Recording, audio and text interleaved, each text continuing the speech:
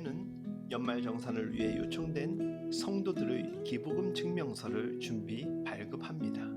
이 기부금 증명서는 한 해 동안 성도들이 드린 헌금에 대한 증명 자료가 됩니다. 헌금은 기부금으로 간주되어 이미 낸 세금 중에서 일정 부분을 돌려받게 합니다. 어떻게 생각하면 연말정산을 잘하면 기분 좋은 용돈을 챙길 수 있는 모양일 수 있습니다.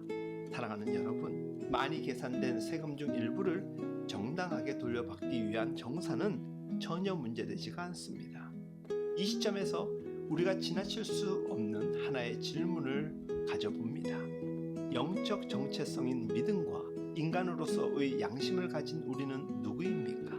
우리는 틀림없는 그리스도인입니다. 그런 우리 그리스도인들이 하나님으로부터 받은 은혜에 대한 영적 연말정산이란 것도 한번 생각해 봄이 어떨까요?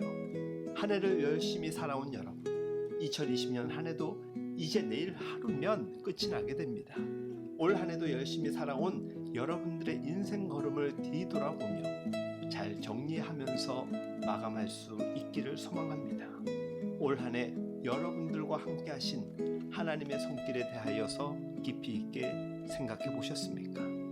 하나님께서 여러분들에게 주신 은혜, 계산이라는 단어가 조금은 경박스럽지만 우리가 흔하게 사용하는 은혜라는 이름으로 생각해 보시기 바랍니다. 그 은혜 생각만 해도 너무나도 감사하고 행복하지 않습니까? 이에 우리의 삶 또한 하나님 은혜에 대한 연말정산을 영적 그리스도인답게 생각해 보자는 것입니다. 구주와 복음으로 인해 받은 이 크고 놀라운 은총 입은 우리들 아닙니까?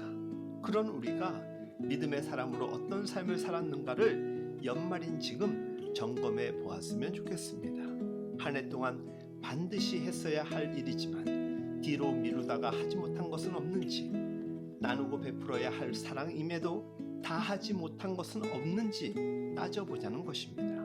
내가 하나님께 마땅히 드려야 할 감사와 섬김의 삶은 제대로 살았는지도 생각해 보았으면 좋겠습니다.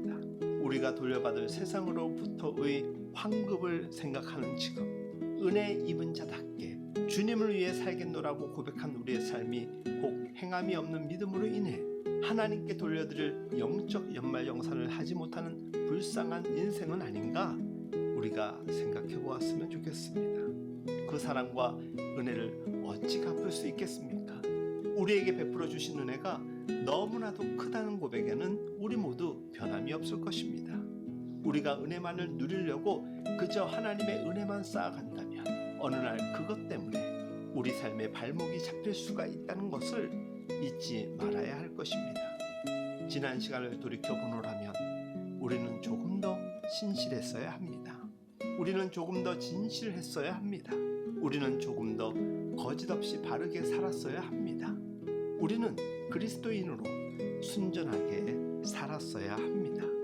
그 모든 것이 하나님으로부터 공급되었고 하나님께서 친히 우리를 사랑하사 거저 주셨기 때문입니다. 그런 하나님이 연말정산 측면에서 우리에게 한 해 동안 살아온 신앙 고백과 열매들을 요청하신다면 하나님께 제대로 정산해 드릴 것이 있습니까?